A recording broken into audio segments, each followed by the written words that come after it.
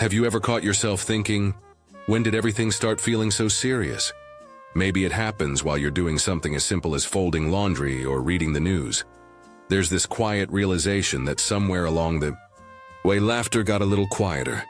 Spontaneity got pushed aside, and days started blending together in a routine that feels more responsible than joyful. It's not that life after 65 isn't good.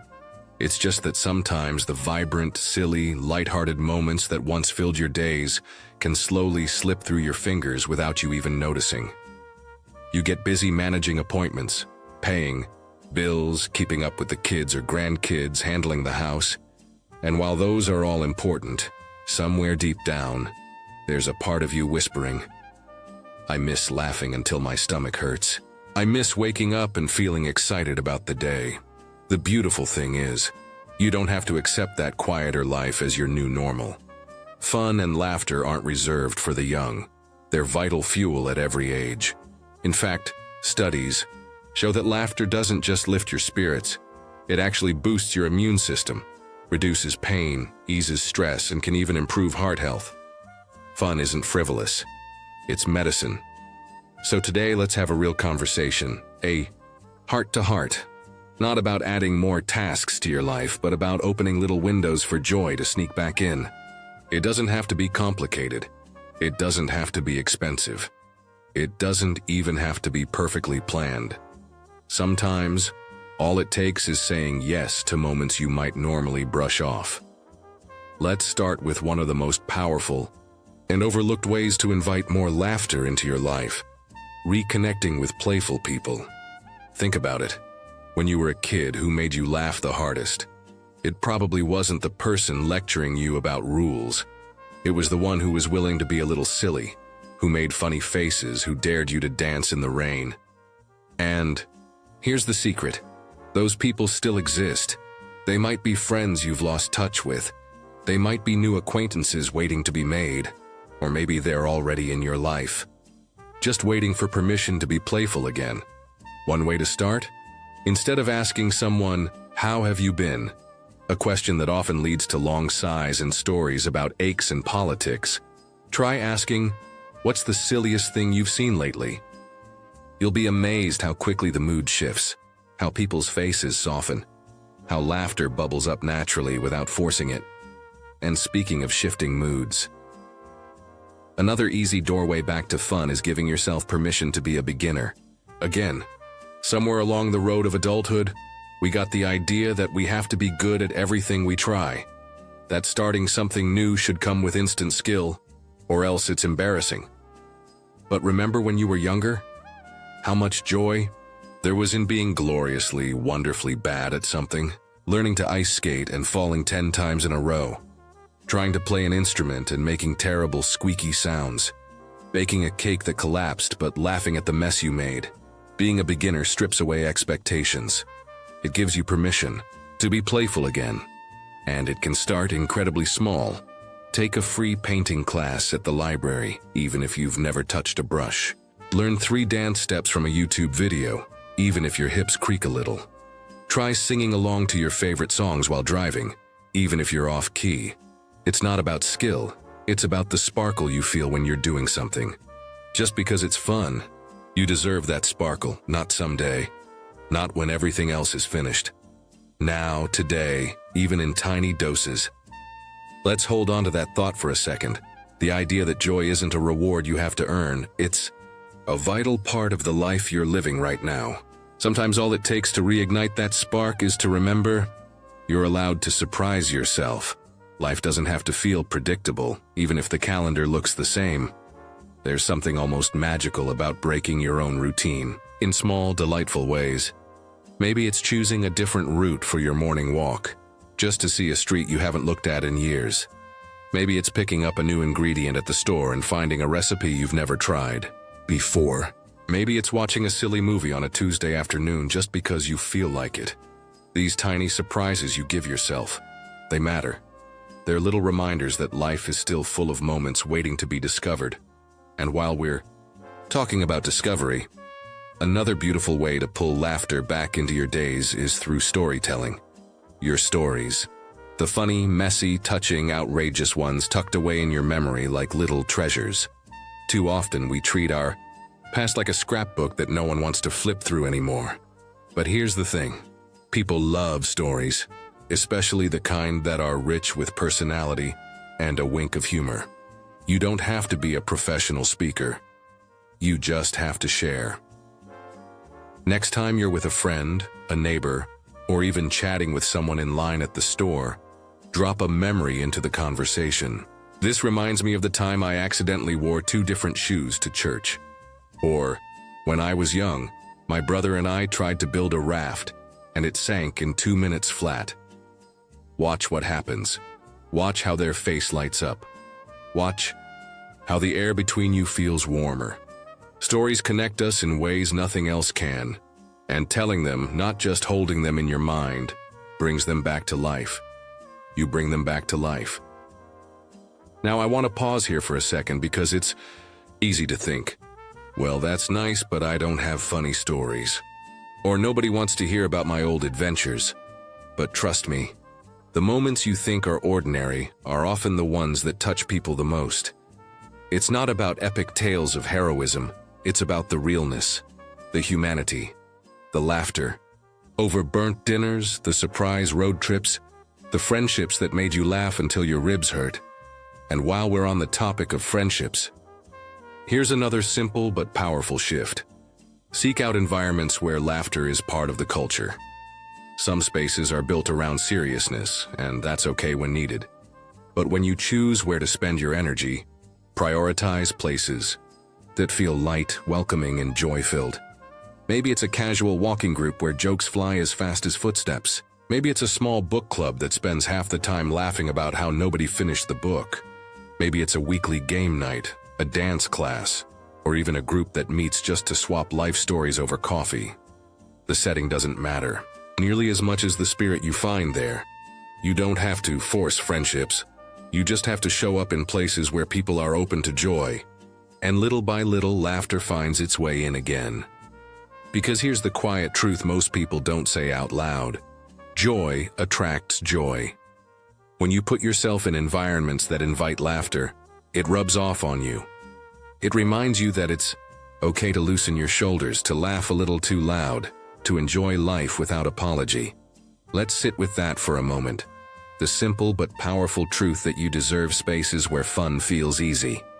Where you're not the oldest one in the room, you're simply one more heart open to a good laugh. You know, sometimes when we talk about fun, it feels like it has to be this big event. A trip, a party, a grand adventure. But real lasting joy often slips into the quieter corners of life, the unexpected ones. One of the most underestimated ways to invite more laughter back into your days is to simply play again. Yes, play. Not because you're trying to entertain children or be productive, just because your spirit still remembers how. Play could look like picking up a jigsaw puzzle that you leave out on the table, adding a piece or two whenever you pass by. It could be tossing a ball around with a grandchild, or a dog, or even by yourself in the backyard, feeling the childlike silliness come rushing back in. Might even be trying a paint-by-numbers kit, dancing around the living room to your favorite oldies, or pulling out a board game even if it's just you and one other person. Play reminds us that life isn't just about responsibilities, it's about wonder. It's about finding yourself laughing without even trying, because for a few minutes, you stopped thinking about aches and errands and simply were. And speaking of wonder, another gentle but powerful path back to joy is to deliberately seek beauty. Not the kind you have to buy or chase, the kind that already surrounds you, but often gets overlooked when life feels busy or heavy. Notice how the morning light spills across your kitchen table. Watch the way a bird flits from branch to branch outside your window. Smell the coffee a little longer before that first sip. Tiny moments, tiny miracles, waiting to be noticed. One small practice you can try is what I like to call a daily delight hunt. Each morning, challenge yourself to find 3 things, just 3, that delight you. Maybe it's the sound of your favorite song, the smoothness of a warm mug between your hands, The first bloom of a flower in the garden. You don't have to write them down or make it formal. Just notice. Smile. Let that moment feed your spirit. A little. Because when you train your mind to notice joy, you start finding it everywhere. And when you find it everywhere, laughter becomes less of a rare visitor and more of a familiar companion again. Let's take a moment right here. Hand over heart, and just feel grateful that your heart still leaps a little at the simple things, that you are still capable of wonder, that your days, no matter how many you have left, are still rich with possibilities for lightness and delight. Another beautiful way to open the door to more fun after 65 is something almost too simple to believe. It's saying yes a little more often. Over the years, it's easy to fall into the habit of saying no without even thinking. No, I'm too tired. No, it's not my thing. No, that sounds silly. Sometimes the no feels protective, keeping you safe from overdoing it, from disappointment, from embarrassment.